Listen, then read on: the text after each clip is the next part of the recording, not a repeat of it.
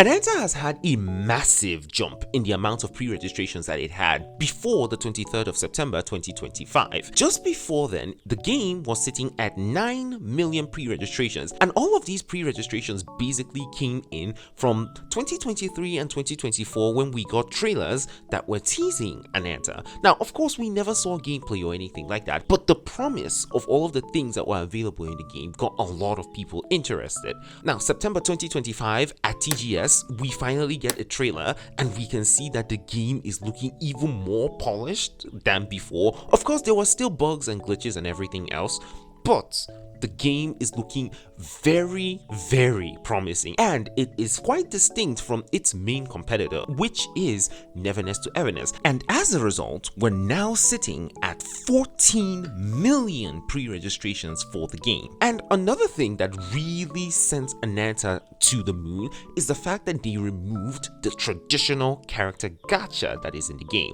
Now, I do hear some rumors saying that there's going to be gacha when it comes to the skins that are available for all of the characters and everything else. That hasn't been confirmed because I can't find any form of news that says that there's going to be gacha in the skins. But even if there is gacha in the skins, it's not any different from other games, and I've talked about this multiple times in some of my videos. This is something that we're very used to in a lot of other games, especially shooter games. Those are the ones that I'm most familiar with, but I'm sure that some of you already know that there are some games where in order to get a skin, you basically have to roll over and over and over. And if you're one of the very few people who is still against this monetization practice for the skins, I will simply say, don't forget that skins are cosmetic.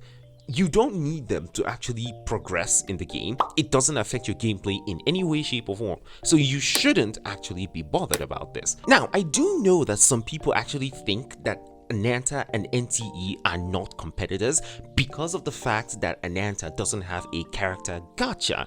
But this is very much incorrect. Both of these games are anime-style open world games that take place in a modern city. In both games, you can ride cars, you can get chased by the cops with the wanted system. Yes, Ananta did not have its wanted system in TGS, but it was in the game before we actually got to TGS, and I have made a video about that on the main channel. You can actually go check it out. But yes, Ananta isn't a typical gacha game, but the offerings of the two games are very, very similar.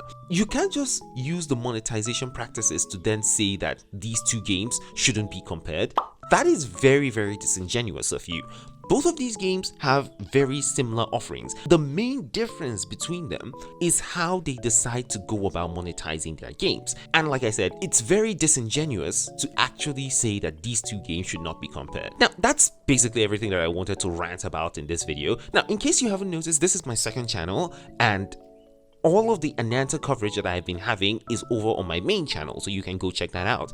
But this channel is meant for covering news in a more rapid fire style. You can also check out some of the recent videos that I've done in 2025 to get an idea for that, but make sure you are subscribed so you don't miss out on all of that. And I am also planning on covering Arknight's Enfield on this channel, and video coverage for that should start sometime soon. So if you are interested in Arknight's Enfield, also make sure to subscribe to the channel. Thank you so much for watching, and I'll catch you guys in the next video.